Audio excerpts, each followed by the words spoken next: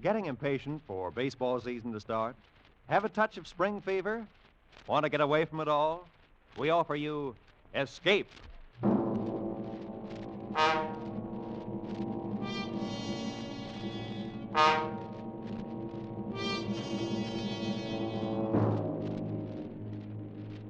You are in mid-ocean, aboard a jinx ship.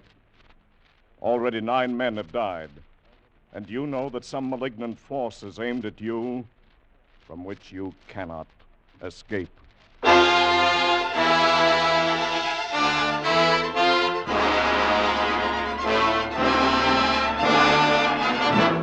Escape, designed to free you from the four walls of today for a half hour of high adventure.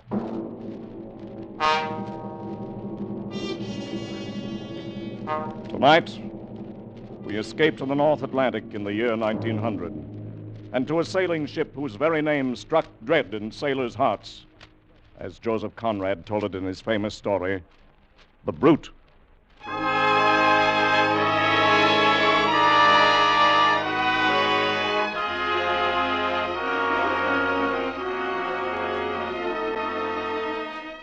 You could never tell it just by looking at her, proud and strong and beautiful on the outside. You couldn't see the black heart inside of her, and you'd never know she'd killed at least a dozen men and maybe more. But I knew her for the murdering she-devil she was. I saw her the day she killed her first one, and I was there too when she finally made her big mistake and killed the wrong person. But that was a long time later. Oh, she had a name all right. But after that first day, her first killing, nobody but the family ever used it again.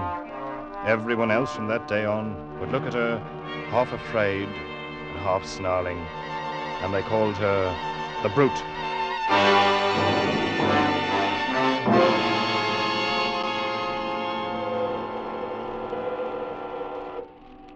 I remember I was 14 the day my father took me down to the South Thames boatyard to watch the launching of the ship. My brother Charlie was there, of course, 8 years older than me and very proud of his one gold stripe, now that he'd been made an officer on the Apps line. Charlie and Father were talking. I just stood and listened to them and didn't say much of anything myself. Look at her, Dad. Ever see a ship in your life with lines like that?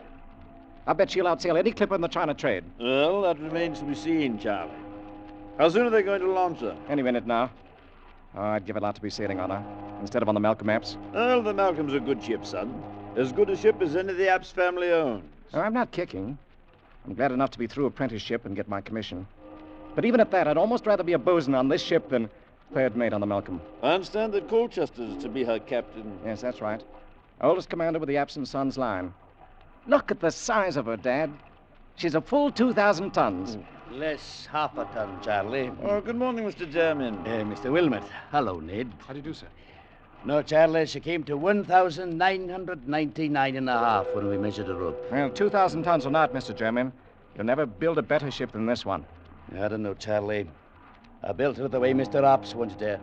She's big and she's stout, but I don't know. And what's your reason for saying that, sir? No reason that makes any sense. I've had the devil's own time with her. Cabin doors jamming when they shouldn't. Edge covers that wouldn't fit after they'd been measured up. Blocks fouling for no reason at all. I don't know, Mr. Wilmot. But if she were a human being, I'd say that maybe she's insane. Oh, come now. You've been working too hard, Mr. Jermyn. Better take a vacation now that she's finished. Well, I could certainly use... I say, that's Maggie Colchester up there, the captain's niece. Is she going to do the christening? That's right, Charlie. And I'd better get down below now. My own men are going to knock the stays loose and let her slide down into the water. Well, good luck, Mr. Jermyn. Thanks, Mr. Wilmot. Come on board for the celebration after she's launched. Bring the boy. Fine, thank you. We shall be there. They'll let it go any minute now. Dad, I'm going to sail on that ship someday. Oh, you'll probably sail on a lot of Apps line ships before you're through, Charlie. Look, they're giving Maggie the champagne now, and she's going to christen it. Yes, listen. I christen the Apps family. The Apps family. So that's what they're naming her, eh? All right, men. Knock out the stairs. Let her go. Look, Dad, she's starting to move. There she goes. Yes, well, look at that speed. I never saw it. Jermyn, look out! Good Lord, he fell right into the ways and shake. She went over him. He didn't fall. The timber rolled off the deck and knocked him under. She slid right over him. Mr. Jermyn, the man who built her. She's lost in blood, if that means anything. She's a brute and a murderess now, Charlie. Still think you'd like to sail on her? It was an accident. It doesn't mean anything. Perhaps not. I'll sail on her someday, sooner or later. I will sail on her.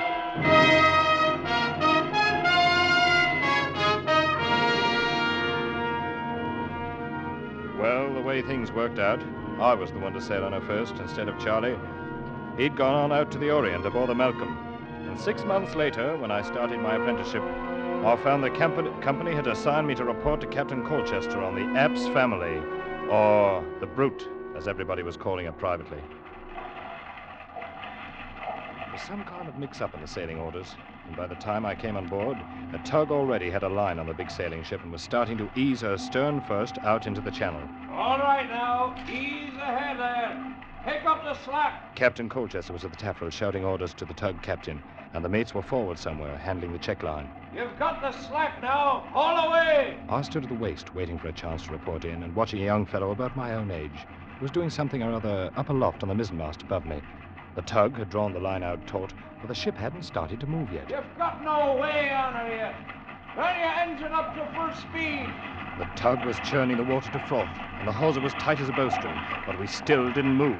Keep her up. Hold that on full throttle. Then suddenly the ship gave a lurch and started back like a bucking horse.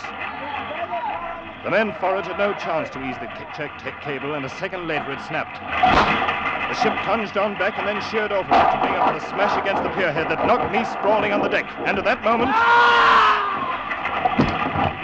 the lad who'd been working aloft on the mast crashed down onto the deck not 10 feet away from me. And he lay there without moving. Give a hand up here on my waist, mate. Young Hawkins just fell out of the tops. Hey. That's too bad. Is he dead, Captain Colchester? He's dead, boy. You get a hold of yourself. Don't stand there trembling. You never seen anybody die before? Yes, sir. On the day they launched this ship. Oh, Jermaine, eh? You're young Ned Wilmot, I suppose, the new apprentice. Yes, sir. And no doubt you may have heard this ship called by an unpleasant name once in a while. Yes, sir. The Brute. Well, you'll be kind enough to remember while you're aboard that her name is the Apps family, and she's had her share of accidents, the same as any other ship. Is that quite clear? Yes, sir. Now get along forward with you and stow your gear away on the forecastle. You'll take over young Hawkins' duties for the time being. Yes, sir.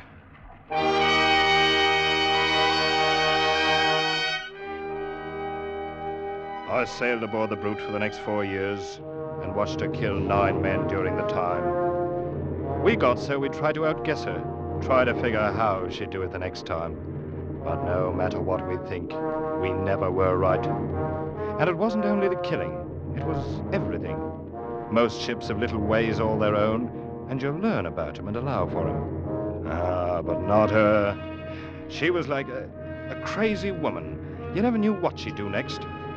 I remember once off the Gold Coast, she ran before a gale for 2 days as pretty as you please, and then broached to twice the same afternoon, flung the helmsman clean over the wheel the first time, and the second time swamped herself fore and aft and split out every stitch of canvas.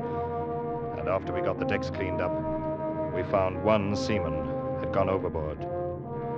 He was her 5th, I guess it was, or maybe the 6th. Oh, she was beautiful, the Apps family was. Big and proud and beautiful. And along with it, a killer. A black-hearted, sea-going brute.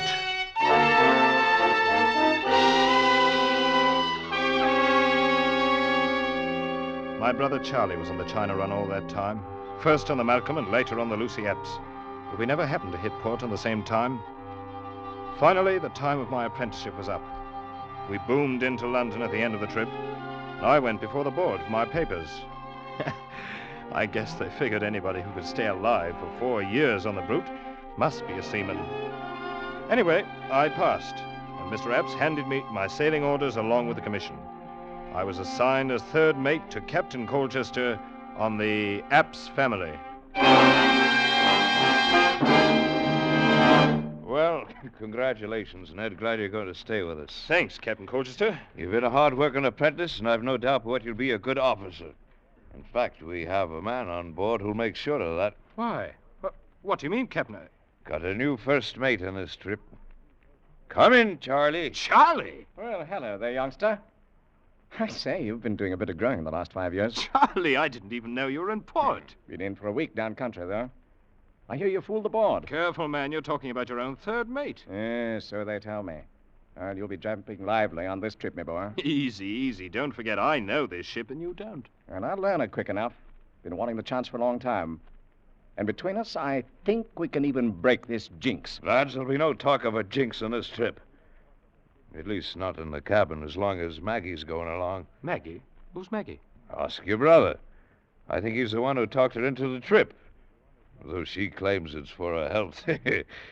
I'll leave you two to get acquainted. We'll be about 10 days loading if you've got any plans. What's he talking about, Charlie? Who's Maggie? His niece, Maggie Colchester. You remember her, the girl who christened the ship? Oh, of course. Ollie, Well, you're hasn't not... Dad told you where I've been spending shore leaves for the last year and a half? No, Charlie, I didn't know anything about it. Well, then let me show you something. Here. Now, if I have my way, Maggie'll be wearing this before the trip's over. Here, take a look. Blimey, that's all right. Yes, I bought it in Cape Town. It's a blue-white diamond set in platinum. Is it big enough to go on a finger? Oh, it's big enough, all right. And that's where it's going if I can talk her into it. And who's going to talk who into what, Charlie? Maggie, I was, saying that, I hoped I could talk you into going ashore for dinner with me. Oh, were you now? You big liar. Oh, Maggie, this is my brother, Ned. Ned, this is Maggie. How do you do? And are you one of the officers, too? I'm the new third mate. Well, I certainly hope you're more truthful than your brother. Maggie. Whose invitation to dinner I am accepting with pleasure. Oh, really? See you both later. All right, you are. About an hour. Charlie, she's lovely. Well, she's more than that, Ned.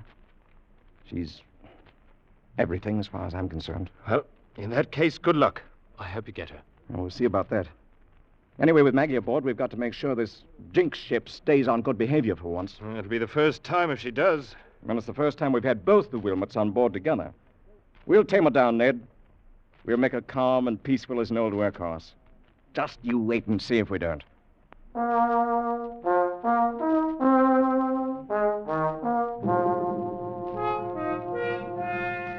And the strange part of it was, he was right.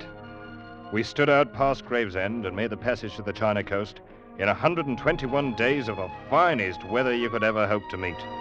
And for the first time in her bloody life, the old ship settled down and sailed herself as neat as you please. Charlie and I'd talk about it sometimes when Maggie wasn't around, and he'd always laugh and say the brute knew when she'd met her match that she didn't dare try to buck the two of us. But I was more ready to give the credit to Maggie, to think maybe she'd charm the old murderess the way she'd charmed all the rest of us. From the second day out, Maggie was the secret darling of every man on board. She was all over the ship, here, there, and everywhere, with red tam and her bright blue eyes, never still a minute, and having the time of her life. If she'd come along for her health, she'd found it before we passed Gravesend.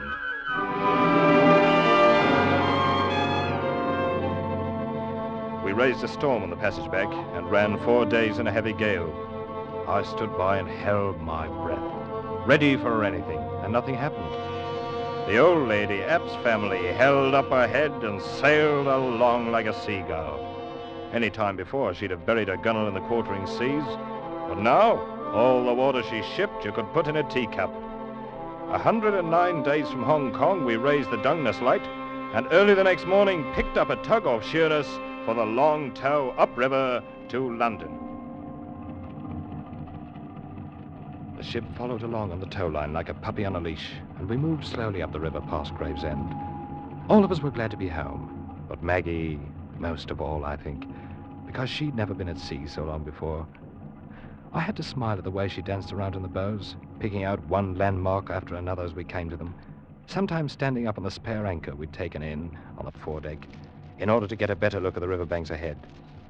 She wasn't wearing the ring yet, but I knew she was going to and was only teasing Charlie as long as possible. What's wrong, Ned? That tug stopped her engines. Collision up ahead in the channel, Charlie. Looks like a yawl and a schooner fouled together. Oh, yes. Well, looks like they're clearing it up now. Guess we can move again in a couple of minutes. Maggie, why don't you go on the afterdeck? You're on the way up forward there. Oh, I'm all right, Charlie. Stop worrying. We're almost home. Better save your orders for the crew, Charlie. She outranks you. Oh, I'll take orders from her any day. Yes. We are almost home, Ned. We've had a lucky voyage. It's the first halfway peaceful trip I've ever made in the old brute. Oh, I told you we'd tame her down. She's turned over a new leaf, Ned. Well, it won't last long if she keeps on sheering off there and drifting back down the channel. Huh? Oh, yes. And we're heading straight for those fishing smacks. Better have the tug start up and hold a taut line on her. I've seen her do this before. Yes. Ahoy, the tug!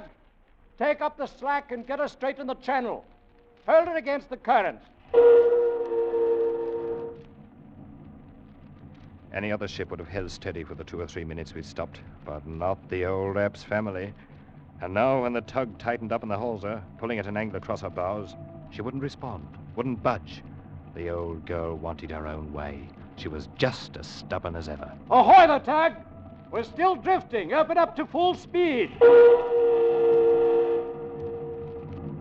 Confound her. Never saw a ship act like this. The heavy hawser was pulled so tight it was humming, and Tug's pedals with her engines full whipped up the water like a mill race. And then it happened. The heavy towing chock tore loose from the deck. The hawser began sliding across the bow, ripping out rail stanchions like matchsticks. Then I saw it was going to sweep under the flukes of the spare anchor, the anchor that Maggie was standing on. Maggie! Get off that anchor! Look out! Charlie! She tried to jump clear, but she was too late. The great anchor had tipped up on its side, clasped her about the waist like a monstrous arm of steel. It had carried her with it, and swung down and over and smashed against the side of the ship. She went into the water. Take charge of the deck, Ned. I'm going in after her. Ned, was that Maggie? Yes, sir. She's overboard, Captain Colchester. Maggie. Oh, the dirty, murdering brute. Now it's women she's killing. Let go the port anchor! Hold the ship as she is and get the boats over! I hadn't told Charlie, and I didn't say anything about it to Captain Colchester. But I stood there, and I knew it wasn't any use. Because I'd seen the way the heavy anchor had carried her over, and then swung in to smash her against the bow before it dropped her into the water. And I'd seen the way that water beneath the bow was all colored red.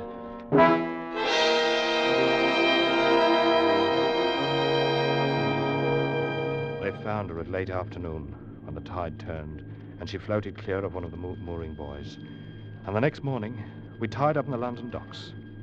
The men had been happy at coming into their home port, but now they remembered how she'd been happy too, their own darling. I'd never before seen a crew leave a ship so quietly, and some of them, when they reached the wharf, turned back and cursed her under their breath.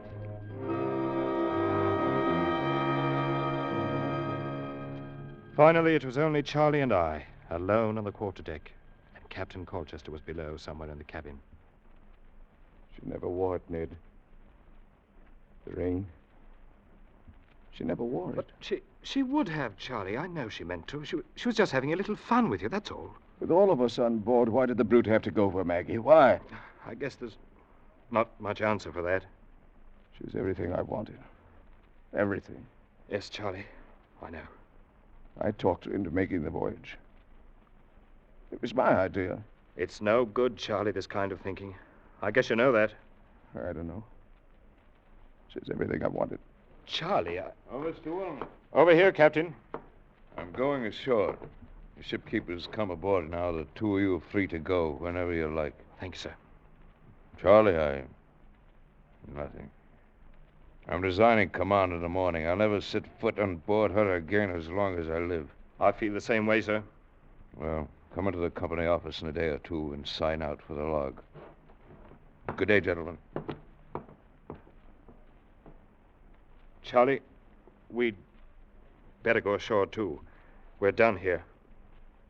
Yes, I suppose we are. I'll arrange to have our gear picked up later. There's no use of... Captain, look out! Missed him!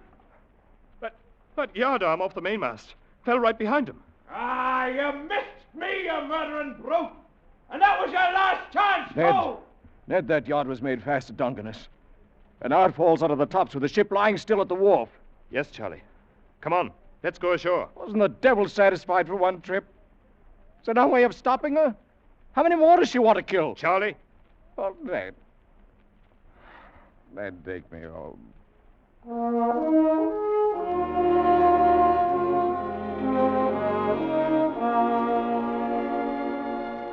Charlie was 10 years older by the time we reached home, and it was 2 weeks before he'd do anything more than sit in his room and stare at the wall, saying nothing. Captain Colchester carried out his threat and resigned from the company the morning after we docked, and I filed my application for a transfer. The Epps family was reloaded and ready to sail, but she stayed on lying at the wharf with nobody to take her out. And that's the way things stood for 2 weeks, until one morning a bombshell dropped.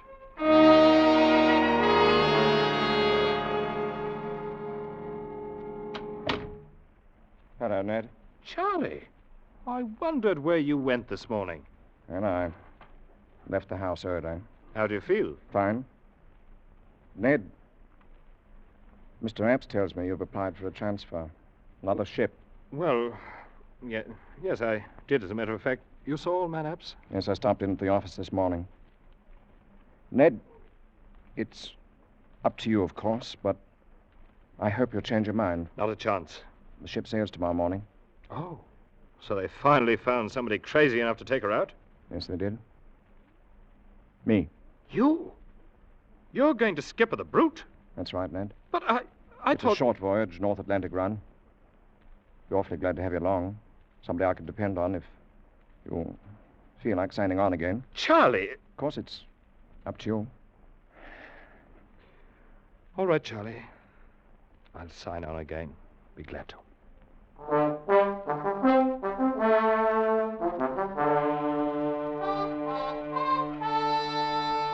We boomed out past the Sheerness Light and headed north, hugging a lee shore in the stiff breeze. The ship drove ahead as steady as a barge, with scarcely a roll or a quiver. But in spite of the smooth and easy way she handled, I couldn't help feeling uneasy. I could sense the black spirit of her brooding somewhere down inside, mocking and taunting us with her bloody memories, and waiting for a new chance. By nightfall, we were running hard in along the Kettling coast, where those rocky headlands break at intervals out of the shelving sandy beaches. The onshore wind held steady in our quarter, and the sun sank down behind the land some 3 miles away.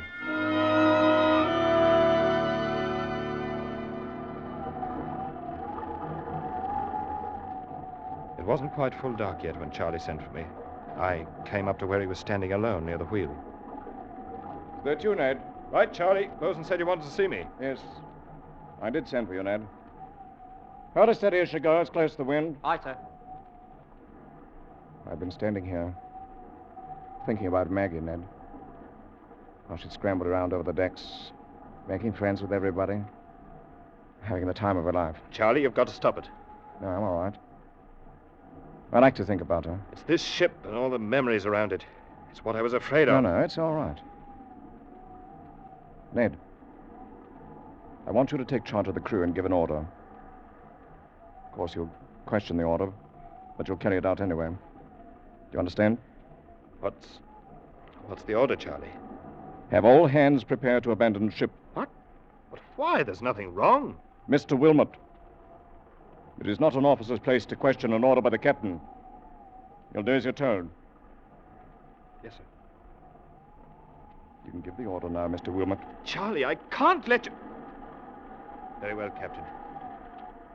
All hands on deck! Stand by the boats!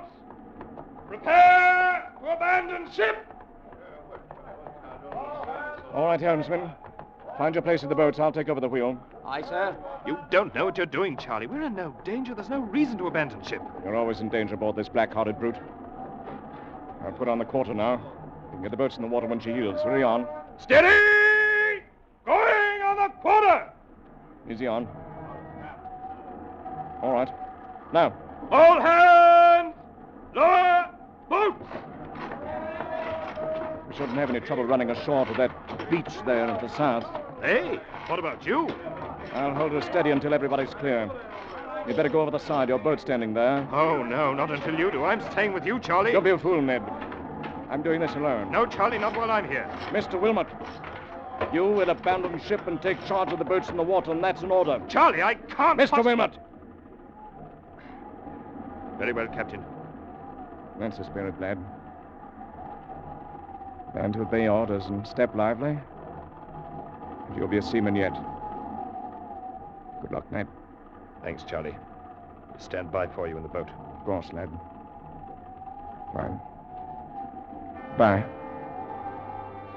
I slipped over the gunwale and dropped down into the boat that trailed alongside on a line from the rail.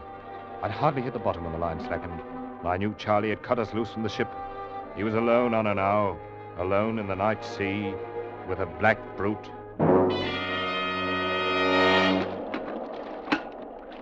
Look, sir, look! He's laid it over, away from the wind. Charlie had put the helm over hard. With a terrible shudder of her dark sails and a smother of white foam from her bows, the great ship heeled about in a sharp turn and then began to drive ahead like some mad thing before the wind, straight before the wind and straight toward the shore. Look, sir, the rocks on the headland. She's going to smash herself. Faster and faster she plunged ahead through the weltering seas, faster and faster on the back of the gale, while the black-hearted spirit of her screamed in the ratlines. Look, sir, the rocks! What in the name of heaven is he going to do? And now, for one long instant, she hung poised at the top of a plunge and then drove smashing downward onto the rocks.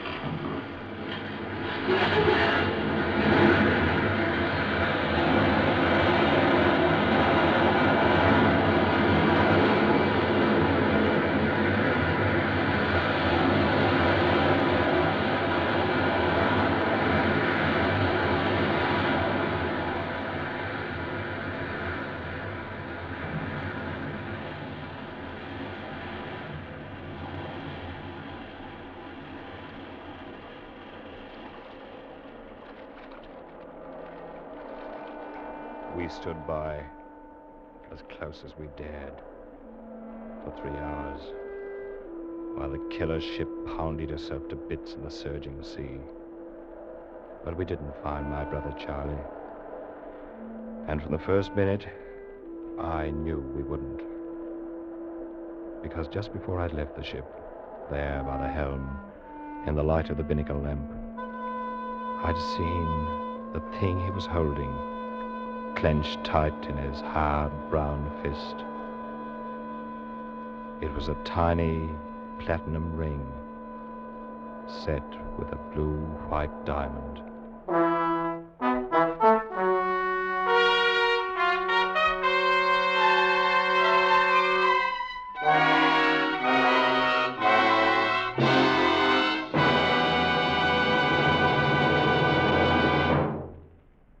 Escape is produced and directed by Norman MacDonald, and tonight brought you The Brute by Joseph Conrad, adapted for radio by Les Crutchfield, featuring Dan O'Herlihy as Ned Wilmot and Eric Rolfe as Charlie Wilmot, with Nina Cowden as Maggie, Jeff Corey as Captain Colchester, Wilms Herbert as German, and Parley Bear as the father. Music is conceived and conducted by Wilbur Hatch. Next week. You are far into the remote hill country of Afghan, caught in an ambush by the fierce Pathan tribes, trapped in a hopeless fight from which there seems no escape.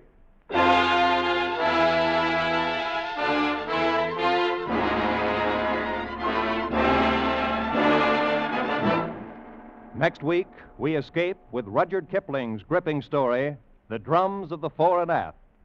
Good night, then, until the same time next week, when once again we offer you Escape.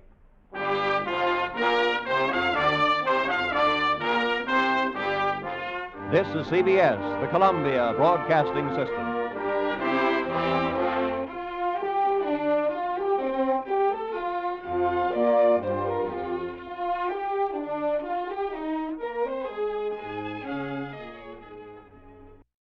Worrying about those bills piling up, dreaming about that coming vacation, want to get away from it all? We offer you Escape.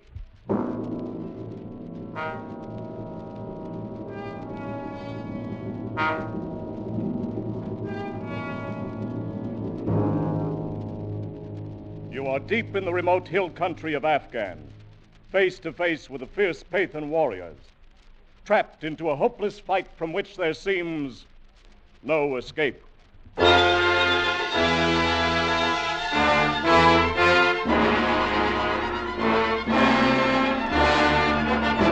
Escape, designed to free you from the four walls of today for a half hour of high adventure.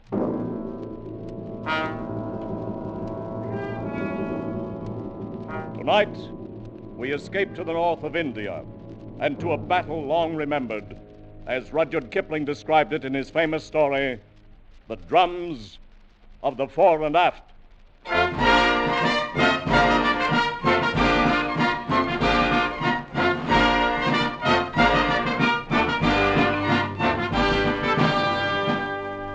When I came out from England to serve as a news correspondent with the British troops on the North Indian border, Regiment number 329A was called the Fore and Fit, Princess Hohenzollerins Own Royal Light Infantry. Fore and Fit, but now behind their backs men call them the Fore and Aft. You know, when certain words are shouted in front of other barracks, the troops may come out with belts and fists. But the mere whisper of fore and aft brings out the men of this regiment with rifles in their hands and murder in their eyes.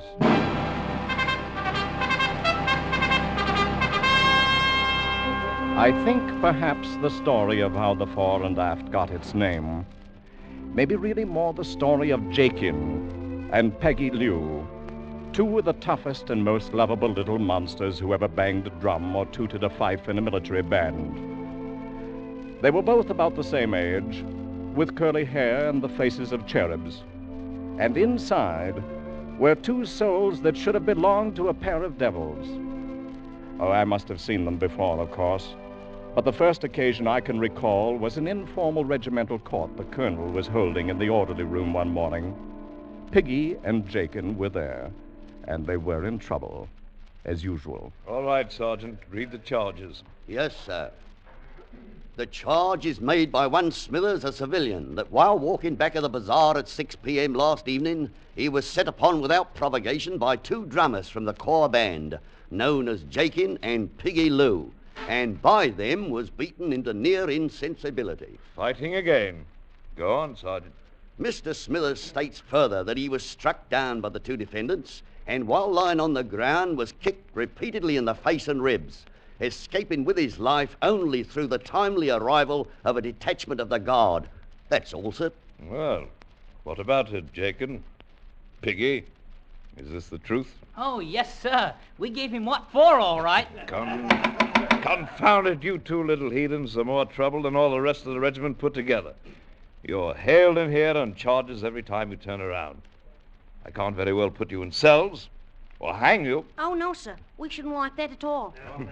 That will do, Jakin. Yes, sir. All right, Sergeant, turn them over to the bandmaster and have him tan their hides. Tell them to make it one they'll remember this time. Yes, sir. Begging your pardon, sir, but can't we say nothing in our own defense? That's right, sir. What if a bloomin' civilian said he'd report you for having a bit of a turn-up with a friend? Suppose he tried to get money out of you, sir, and then... That will do, Piggy. Then you were fighting. Well, only between ourselves, sir, and that don't count. If you'll pardon me, Colonel, this man Smithers does have a reputation for that sort of thing, blackmail, you know. And one thing the boys don't do is lie. It's not that we'd mind it, sir, to be called up by even a corporal. But we can't have no blinking civilians interfering with the business of Her Majesty's regiment. All right. We'll forget the birching. You're both confined to quarters for 3 days. But, sir... And throw away that pipe when you get outside, Piggy. You're too young to be smoking. Yes, sir. All right, dismissed. Confounded Kipling, I don't know what to do with the lads. They're not really bad at heart. And they've never known any home but the army. Where did they come from, by the way? Oh, Jakin is from some back street in London, and Piggy Lou is straight off the Calcutta docks. In both cases, ancestry unknown. Well, they seem loyal enough to the regiment at any rate. They are, and loyal to each other in their own way. I'm inclined to think sometimes they've got more real spirit than all of those new regulars put together. Yes, I'd say you're overloaded with green troops, Colonel. Overloaded? 90% of the regiment were in Manchester factories and Lancashire farms 6 months ago. Can't make a soldier in that length of time. Any chance of action fairly soon? Off the record, we'll probably move north in about 10 days. Not to the front, of course. We'll give them a few months of guarding communication lines. Let them shake down a bit before they see any real action. Yes, good idea. It's the only thing to do. There's only one thing certain. This regiment is not ready for action yet. Only don't write that back to your paper. But the gods who govern armies seldom choose the wisest plan. On the Afghan border, a large force of Pathan guerrillas began massing near the Khyber Valley, being held in check temporarily by a regiment of Highlanders and a regiment of native Gurkhas.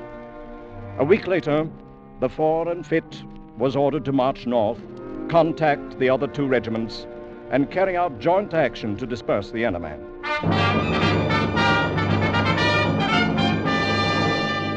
Parade ground and barracks began to hum with preparations for the coming campaign. Privates walked with a new swagger, subalterns began to snap their salutes and orders, and the young officers nearly shot one another at pistol practice. Battle, a glorious word to men who'd never fired a gun at a human being in their entire lives. But to Piggy and Jakin, the excitement was like salt in an open wound, for the band was reduced to 20 men, and the drummer boys were being left behind. Blimey if I'm going to let him do it to me, Jakin. Me, what's going to have a career in the army, being left behind like an old boot. And why should you worry? Now you can stay here with that bloomin' girl of yours. Oh, what's a girl when the regiment's going up to the front? And that's another thing, too. How am I going to explain to her about being left behind with the women? What do you have to explain anything to her for? She's only 13. Oh, I've been telling her I'd get myself a medal when the first campaign come along. Now am I going to do it now, I ask you? Perhaps the drum major will give you a bloomin' medal for tootin' on a fife. I heard him talking to you yesterday. And how was I to stop him? Piggy, he says, why don't you consider making music your career? Piggy Lou, the musician, a bloomin' non-combatant. I won't do it. He can try, but he can't make me. Aha! And when I'm an officer, perhaps I'll invite you in to have a glass of sherry wine on mess nights, Mr. Lou. I'll be a blinking officer before you are. I'm going to join up with the regulars just as soon as I'm old enough. Piggy the musician. Oh, stow it. Right at the moment, I don't feel like fighting even you. I heard in the barracks they're going to take Tom Kidd along. He's to be the bugler. Of course, he's 18, though. That he is. But I can plaster the wall with him any day. With one hand behind me back. Perhaps we can hit him around a bit. Just enough so he can't bugle no more. You get hold of his hands, Piggy, and then I'll kick him in No. They still wouldn't take us. Our reputations ain't what they might be, you know. Oh, well. I'd just leave stay here and do a bit of loafing myself. With our own regiment going into action? Why, I'd just leave have my... Hey, look who's coming. It's the bloomin' colonel herself. And so it is, all alone. You know, Jakin, me lad, I think I'll have a little talk with this colonelship. Have you gone daft with the heat? Oh, the colonel's a good old beggar. Here, hold me pipe. Blimey, now we're in for it again.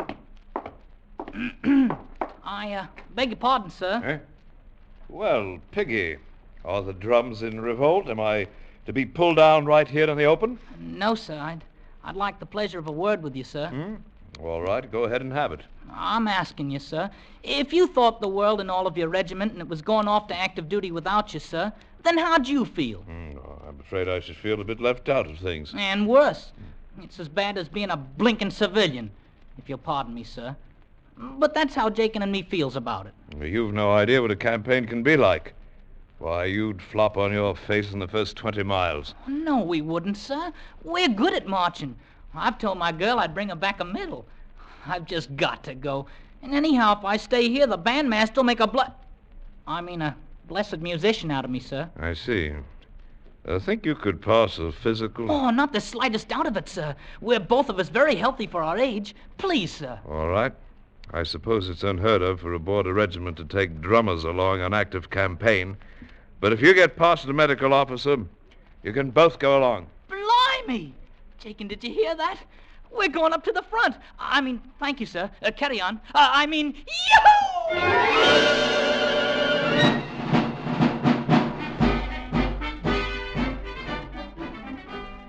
The regiment marched out of the station 2 days later, and all those left behind lined the road that led past the parade ground.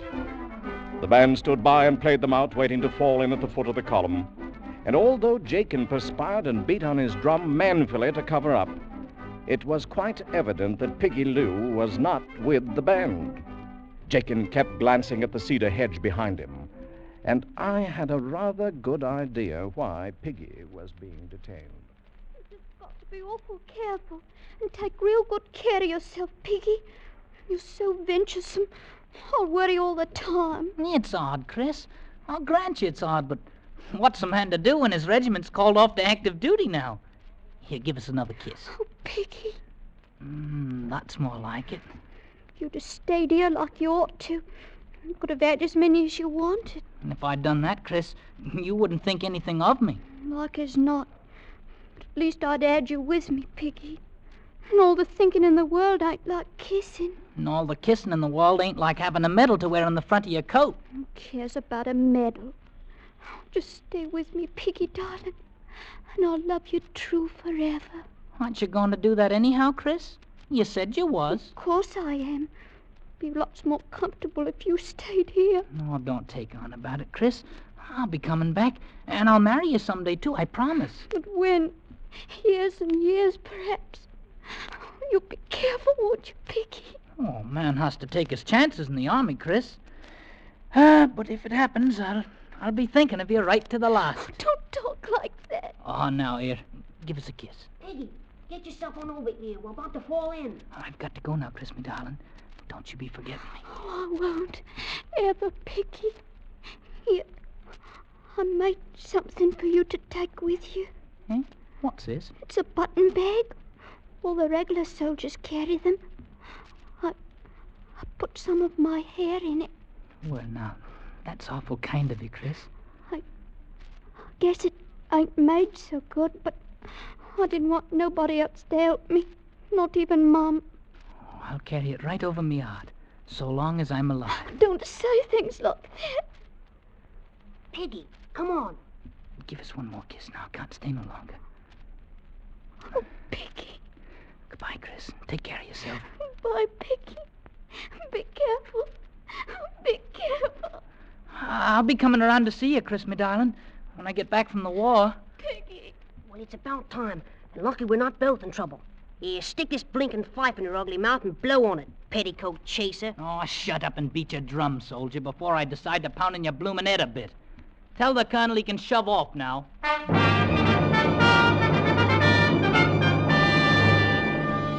And so the 4 and 5th went north to the wars, first by troop train, and then on foot when the last railhead left them with a 7-day route march before they'd reach the front up ahead. And during those 7 weary days, the regiment began to crack. Men weren't hardened to the long miles of marching, and they found themselves dead tired before the noon of each day. The food was bad, and the water was worse. And on the 2nd day, the snipers started in. They would hide in the tumbled rocks of the low brown hills beside the road and wait for the column to pass. And the first sign of one would be a flash and a puff of smoke, and some man on the long line of march would die without ever seeing the enemy who killed him. And even at night, the tired and nerve-shattered men could find no rest. If anything, the night hours and the dark tents were a good deal worse than the daylight hours on the dusty road. I'll steal your bloomin' gabbing till the morning, Piggy. I gotta get myself some sleep. As if I ain't marched just as far as you have. Oh, me bloomin' feet's killing me. Serves you bloody well right for getting us into this. We could have been back at the station living on the fat of the land. And halfway to becoming musicians, like as not. In which case, I'd be a-sleeping in a regular bed, having decent chaw to eat for once. I'm afraid you're not the army type, Jakin. Perhaps I shouldn't have talked my friend the colonel into letting you come. Shut up there in the tent, or I come in and take a belt to you. Yes, sir. You don't have to call a blinking sergeant, sir. That ain't no harm in it. That's the left wing. Stay in your tent. Piggy, that's another one of our sentries got himself killed out there. Faithful beggars can sneak up in the dark without making a sound. And they take their bloody long knives and slice a man open as neat as you please. All right, hold your fire and see what you're shooting at. I wonder what they look like, Piggy. These here Pathans? Oh, what's it matter when we can't even carry rifles? I ask you now, Jakin. Look at that. How's a man to get himself a medal when all he's got for a weapon is a bloomin' fife?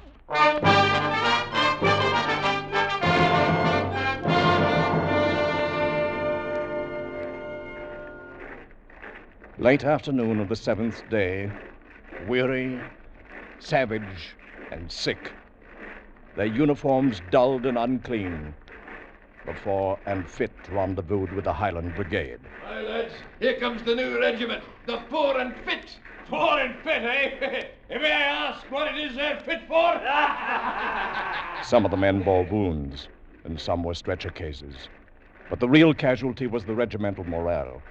These raw conscripts had marched out of their station in the south with the band playing. And somehow they'd imagined that they might march glorious into battle the same way. But no band played when they slogged sullenly into the brigade encampment. Hey, Piggy, think we have found the blinking wart lost? And what else? Ain't that a full-grown general old colonel's a-talking to there? Blimey, look at them chaps over there are wearing petticoats. Now, lots you know, they're islanders. And I've heard a man best take no liberties with them. One activity might have aroused the interest of the regiment, as tired as they were. Rifle practice of the enemy. And with all 700 rifles blazing together. That's the way they felt. We've had a bit of a tough time of it coming down, sir. My men have been rather mauled, with no chance of a fair return. They only want to go in some place where they can see what's before them. I understand, Colonel. I wish I could let you have a few days to recover, but I simply can't spare you right now. There'll be no need of it, sir. All we're wanting is one good night's rest. I see. Well, you can lay your camp area downstroke from the Highlanders, Colonel. And I suggest you call a general inspection before dark. We plan to attack the enemy position at dawn.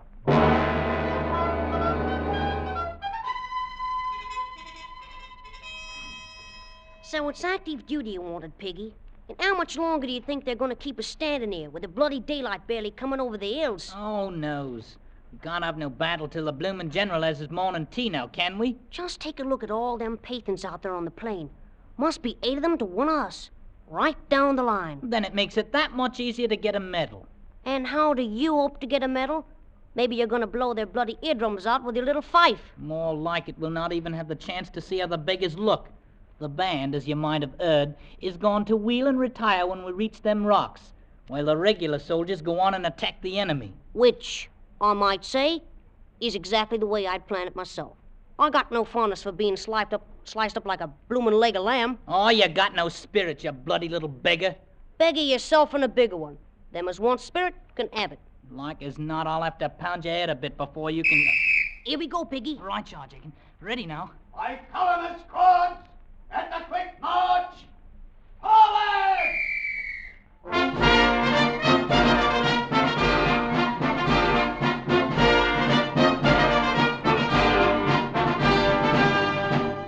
Watch yourself now, Jacob. And step lively. Just keep your eye on me and I'll make a bloody ear out of you. Only someone had blundered. Someone had misread an order, and the 4 and Fit move out onto the plain to attack the enemy force alone. Confounded, stupid conscripts! What are they up to anyhow? They've spoiled the whole plan of the battle. It's the kind of a mistake you could expect from a regiment that doesn't even know how to march. At the clump of rock, the band wheeled and halted and continued to play, while the ranks opened to form a skirmish line and moved slowly ahead. Hold steady, laddies. We've had no orders to move out, and therefore we'll stand fast. If the 4 and Fit wishes to fight like hogs, then they'll fight alone. At 500 yards range from the enemy line, the regiment began firing at will and wildly. In a few minutes, they'd thrown away half their ammunition and blinded themselves with their own smoke. And farther out on the plain, the Afghan army stood quietly, throwing occasional well-aimed bullets into the milling herd of green troops. The blooming fools! They're bunching like a herd of sheep. Don't they realize there'll be a Ghazi charge at any minute? Suddenly, from the main body of the Afghan troops, A small band of about 50 Pathan warriors charged forward and fell upon the startled Englishmen. These were the Ghazis, the suicide squad always thrown out ahead of the Afghan army before any main test of strength. Swinging their long, heavy knives, they struck the close-packed British line. Why in the name of heaven don't they take open order?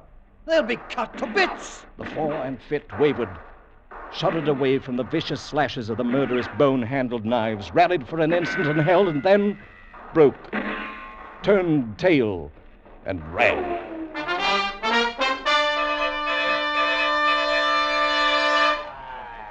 Will you look at them, laddies? They turn and run. I'd say they make better speed to the rear than they make to the fore. They're anything but the fore and fit now. More likely to call them the fore and aft. It'll take them a long time to live that one down. The fore and aft. The regiment took no thought for the wounded, for the men left behind. Nor did they stop until they jammed in the pass that led up the hill. And the band, too, was carried along with them in their panicked, headlong flight. All the band except 2 men. Piggy, you think the bloody beggars can see us hiding here on the rocks? Of course not. Seeing as how they're too busy at chasing our brave comrades. Look at 'em run, the bloomin' cowards. Ain't it a fine way now for a British regiment to act? Had we done the same thing, we'd not be left behind here the way we are. What's eating you? You're comfortable, aren't you? Maybe comfortable, but I ain't easy in my mind. Oh, stow it. Hey, somebody's dropped the canteen here. Maybe it's got rum in it. And how can you hope to tell by shaking it? And now keep your dirty hands off it. I'll do the trying it out. Well, is it, Piggy? Is it? No, it's water. Here, have yourself a free drink on Her Majesty, drummer boy. Chicken, look. Them Pathan beggars are starting back for their own lines. And keep your head down. Well, now, with the bloomin' enemy return, perhaps they'll come out and rescue us. Not them, the bloody cowards. Look at them, Jakin. The officers is beating them with the flats of their swords. Can't they see the Pathans ain't chased them no more? They can't see nothing but their own precious skins. Off 'em, huh? Maybe we ought to give 'em a little music. Show 'em it's all nice and cozy out here now. Oh, no. 'Tain't for me to do nothing like that. Won't we should get ourselves shot? Oh, there ain't no enemy close by now. Come on, Jakin. Take up your bloody drum there. You positive there's only water in that canteen? Oh-ho, so like as not you're a coward too. The same as the rest of the regiment. I'll show you who's a coward, Piggy, my boy. And I'll be pounding your head a bit, too. The first chance I gets. Take your bloomin' fife there and stick it in your ugly face. Well, now, so you have got a bit of spirit. Maybe I'll speak to my old friend the Colonel about it. Oh, shut up and start blowing. Ready? Ready all? Now!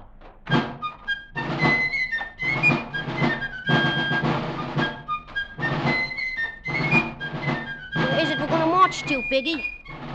Back and forth a time or two in full sight. Then we'll wait in the rocks for the battle to start. They watching us? To be sure they're watching us. Ah, yes. They're watching us, all right. Time held still, and even the Afghan snipers forgot their weapons, while 2 armies watched the tiny red-coated figures marching back and forth on the battlefield alone. Aye, and I tell you certain there's a pair of brave laddies down there. All right, you blinking cowards! Look at them out there! Are them 2 children the only brave men in the regiment? The men of the fore and aft lifted their heads, fingered their rifles, and stared without moving. And out there on the silent plain, back and forth, marched Jakin and Piggy.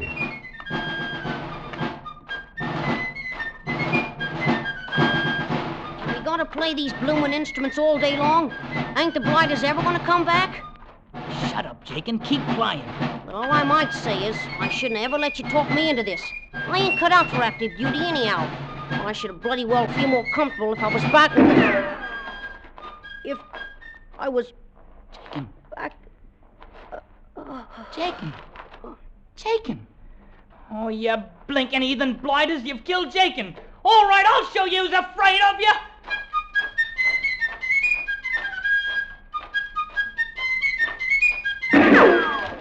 Come on, you bloomin' cowards!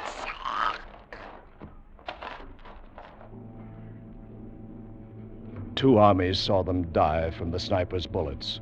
2 armies and the men of the fore and aft. All right, men of the regiment. What now? Those 2 at least were brave enough to know how to die. Fix bayonets, ready about, and form skirmish line. This time we attack, and there'll be no turning back. Look at them, ladies, the fore and aft. They're going back to fight. Aye, look at them run. Here's how it should have been done in the first place. They'll not turn their backs again. Aye, ladies, and now's the time for us. For as I know, here's where we join the fight. Ready, strike up the fight. By the jump, quick, forward, charge.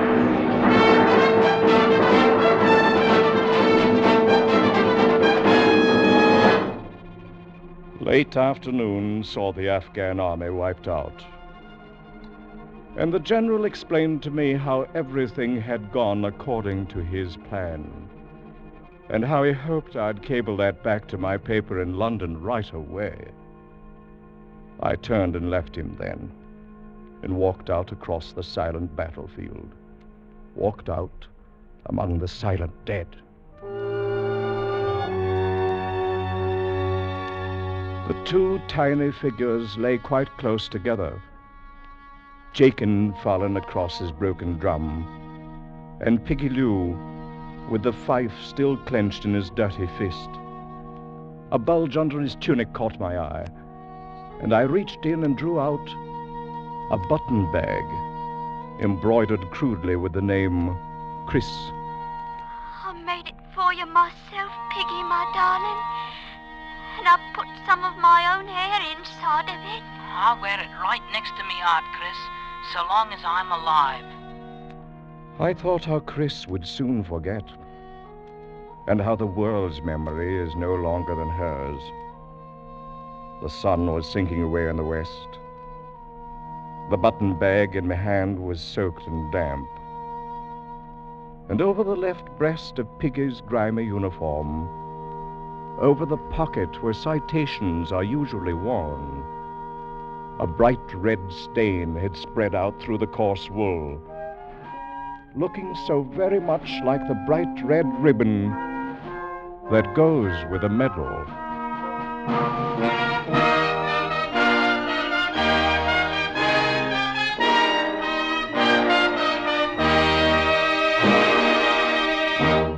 Escape is produced and directed by Norman MacDonald, and tonight brought you The Drums of the Fore and Aft by Rudyard Kipling.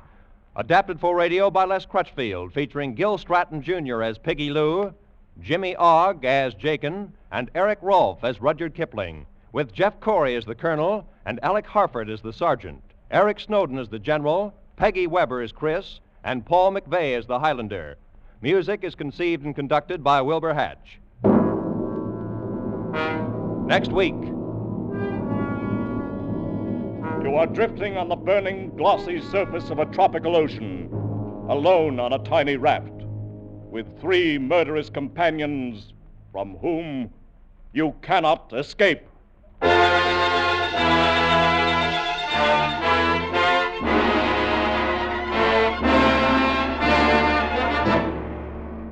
Next week, we escape with John Russell's gripping story, The Fourth Man.